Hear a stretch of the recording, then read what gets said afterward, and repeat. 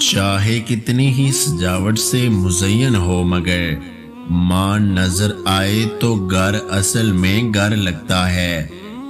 काश हम वक्त पे ही रिश्ते की हकीकत को समझ जाएं और उससे कोई उम्मीद या तवक्का न बांधें तो तकलीफ से बच सकते हैं।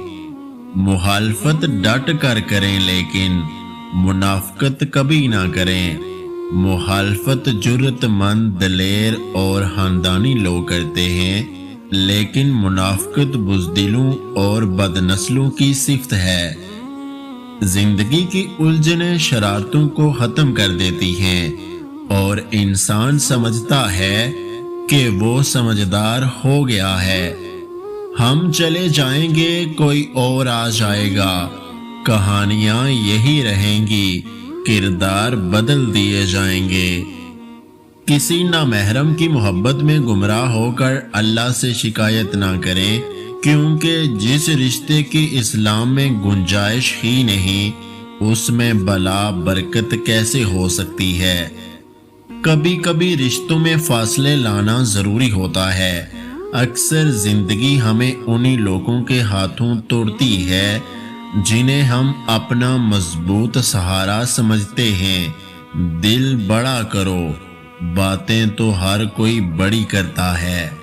या अल्लाह, मेरे दिल पे किसी ऐसे शख्स को इख्तियार ना दे जो उसकी अहमियत ना जानता हो, जो उसे बीमार कर दे, और जो ऐसा शाह हो जो अपनी ही सल्तनत को पामाल करने वाला हो।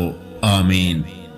अगर आप किसी से ये तवक्का रखते हैं कि वो आपके साथ अच्छा रहेगा क्योंकि आप उसके साथ अच्छे हैं, तो ये बिल्कुल उसी तरह की तवक्को है कि शेर आपको नहीं खाएगा क्योंकि आप भी शेर को नहीं खाते। अगर ये कागज का टुकड़ा होता तो मैं उसे फाड़ देता, अगर ये बोतल होती तो मैं उसे तोड़ देता, अगर ये दीवार होती तो मैं उसे गिरा देता, लेकिन ये मेरा दिल है। फासले कभी रिश्ते अलग नहीं करते और नज़दीकियां कभी रिश्ते नहीं बनाती। अगर एहसास सच्चा और पुरखुलूस हो तो रिश्ते हमेशा जिंदा रहते हैं। सफ़ा और मरवा दरअसल एक औरत के सब्र की निशानी है। जब आपको बेकसूर तपते सहरा पर छोड़ दिया जाए और आप इस तवक्कल पे कि अल्लाह हमें कभी ज़ाया नहीं करेगा और सब्र करें, तो फिर ज़मज़म के मीठे चश्मे फूटते हैं।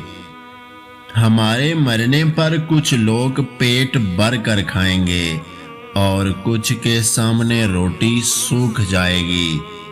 अगर आपने आज की हमारी ये वीडियो पूरी देख ली है तो हमारे इस YouTube चैनल को सब्सक्राइब करना मत भूलिएगा। अपना बहुत ज़्यादा ख्याल रखें, मुझे दुआओं में याद रखें। वीडियो देखने का बहुत बहुत शुक्रिया। अल्लाह हाफिज़।